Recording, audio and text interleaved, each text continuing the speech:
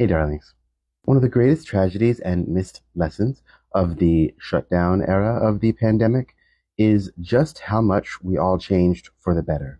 Since we had the opportunity to slow the fuck down from the way that this system runs us ragged, we actually got to think about who we were, what we wanted to see in the world, the things we wanted to fight for. People were learning more about themselves, getting in touch with their gender, breaking from religion, learning new things about capitalism and the world. Never forget that 2020 was the largest protest wave for change in American history.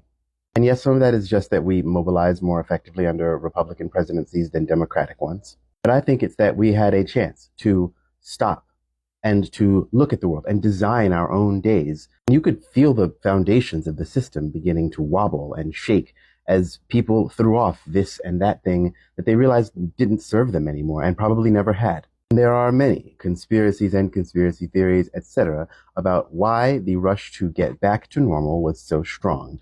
But for me, to me, I think it's pretty obvious. Because though this society is built on money, right, it is also built on some axioms about how the world, society is supposed to be run and how certain people want it to be run. And that counts on us having certain assumptions and buying into certain beliefs. Don't ever forget the person that you were becoming during that period of time, before things started going back at the pace that they were before, and you don't have as much time or opportunity to actually do things the way that you feel that they should be done. And the biggest reason, in my opinion, that they will never give us a chance to slow down like that again, no matter how bad it gets, and actually look it up yourself, the current wave we're in is the second biggest wave of the entire thing.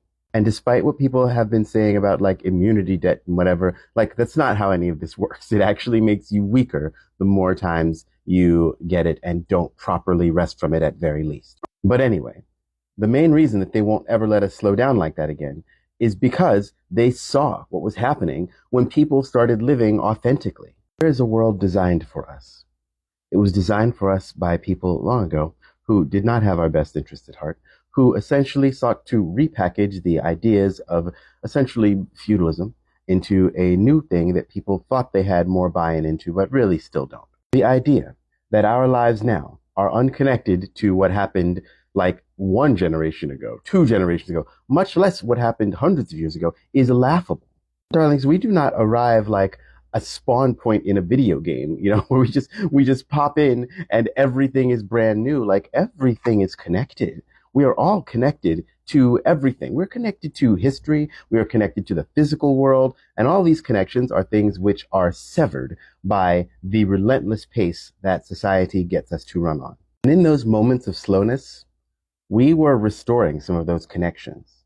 That person you were when you were wearing a mask and social distancing in order to protect not only yourself, but everyone else, that person is still in you. That person is still you. And I understand that not everyone is as disconnected from the way things work that they can just glibly say like, fuck this, I'm not doing this anymore. Like, I get it. I get how difficult it is to break from what everyone else appears to be doing. But that person who started learning about the way that their mind works and their heart works and was becoming gayer and freer and generally just like, more connected to the self that they have been missing, that person is still there. That person is still you. And part of revolutionary optimism is imagining how you can get that person to exist all the time from here on. All of these things are connected.